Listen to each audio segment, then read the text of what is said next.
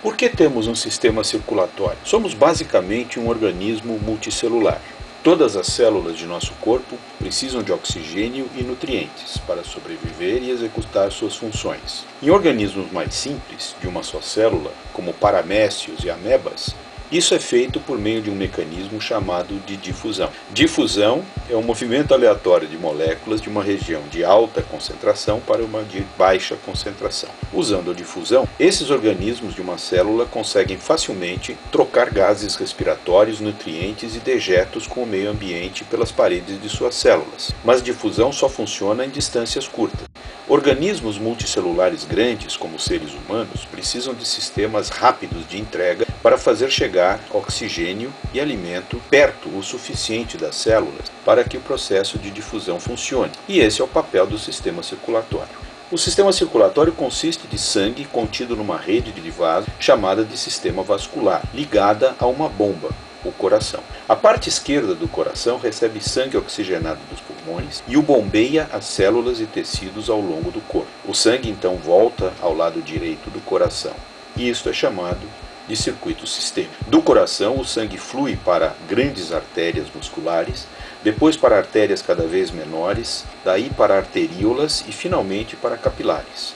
É nos capilares que ocorrerá a difusão que trocará moléculas de oxigênio e alimento por dióxido de carbono e outros dejetos de células próximas. Depois de sair dos capilares, o sangue é coletado em vênulas, depois veias cada vez maiores até chegar no coração. As veias têm válvulas internas que impedem o sangue de refluir enquanto o coração está entre batimentos. Os músculos em volta delas também ajudam no processo de levar o sangue de volta ao coração. O lado direito do coração recebe sangue dos tecidos e o bombeia aos pulmões.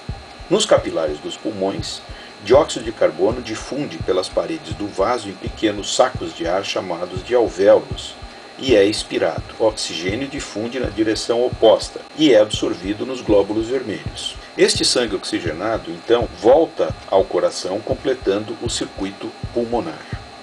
Em ambos os circuitos, artérias levam sangue do coração e veias levam sangue para o coração. O sangue é considerado um tecido líquido conector que funciona na distribuição de substâncias críticas à vida para as células do corpo. Se pegarmos um saco de sangue e o rodarmos numa centrífuga, o sangue se separará em seus componentes básicos. Em cima fica um fluido chamado plasma, que representa 55% do volume total do sangue. A camada seguinte é chamada de buffer e contém plaquetas e leucócitos, e tem menos que 1% do volume. Os restantes quase 45% do volume são compostos por glóbulos vermelhos, também chamados de eritrócitos. Um glóbulo vermelho maduro é um pacote de moléculas de hemoglobina que carrega oxigênio e proteínas respiratórias.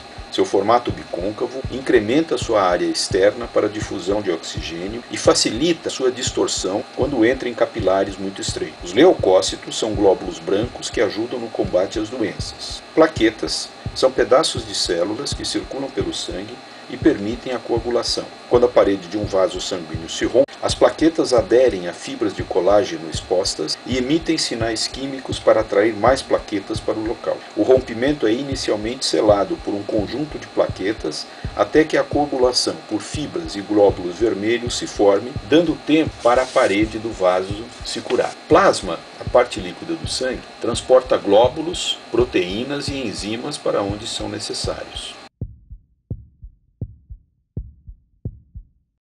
Glóbulos vermelhos são cheios de hemoglobina, uma proteína que tem uma molécula de ferro e que transporta oxigênio. Cada glóbulo vermelho tem por volta de 280 milhões de moléculas de hemoglobina. E cada molécula de hemoglobina se liga com até 4 moléculas de oxigênio. Os capilares levam oxigênio e nutrientes para bem perto das células, permitindo que haja difusão fora dos capilares.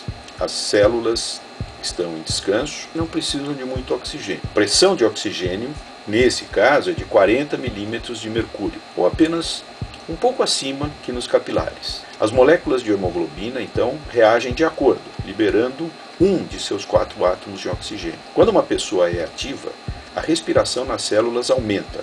Mais oxigênio é usado para fazer energia. Como resultado, os tecidos apresentam deficiência de oxigênio e a pressão de oxigênio cai. A pressão, neste caso, é de apenas 20 milímetros de mercúrio, ou bem menor que a do capilar. A hemoglobina reage a esta situação liberando 2 ou 3 de suas moléculas de oxigênio. Essas moléculas de oxigênio difundem pelas paredes dos vasos para dentro das células. Na mesma hora, a concentração ou pressão de gás carbônico, uma sobra da respiração celular, aumentou no tecido celular. Isso faz com que a hemoglobina aceite gás carbônico no lugar do oxigênio que saiu. Os glóbulos vermelhos, então, saem dos capilares e viajam por vênulas e veias de volta para o coração, completando o circuito sistêmico. Do coração, o sangue desoxigenado é bombeado aos pulmões. Nos capilares do pulmão, a hemoglobina libera seu dióxido de carbono, permitindo que o gás se difunda para o pulmão.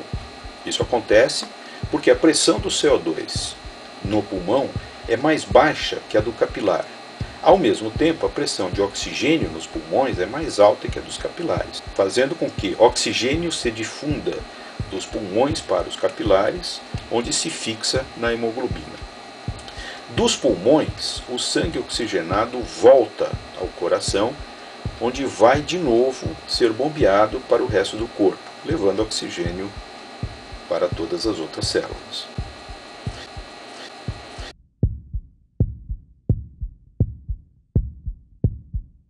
O coração bate sem parar desde que estamos no útero. Pela vida toda, baterá mais de 3 bilhões de vezes. Ele está localizado no peito, no centro, um pouco mais à esquerda, e tem 4 câmaras, um ventrículo e um aurículo esquerdos, e um ventrículo e um aurículo direitos. Os lados direito e esquerdo são separados por uma parede, ou septo. O aurículo direito recebe sangue do circuito sistêmico por 2 grandes veias, a veia cava superior e a veia cava inferior, que coletam sangue da parte de cima e da parte de baixo do corpo, respectivamente. Quando o aurículo direito contrai, joga sangue no ventrículo direito pela válvula tricúspide. A válvula existe para que o sangue flua numa direção só. Quando o ventrículo direito está cheio, contrai e bombeia o sangue pela válvula pulmonar semilunar para a artéria pulmonar e daí para os pulmões. Um ciclo parecido acontece do lado esquerdo do coração. Aqui, o aurículo esquerdo recebe sangue dos pulmões.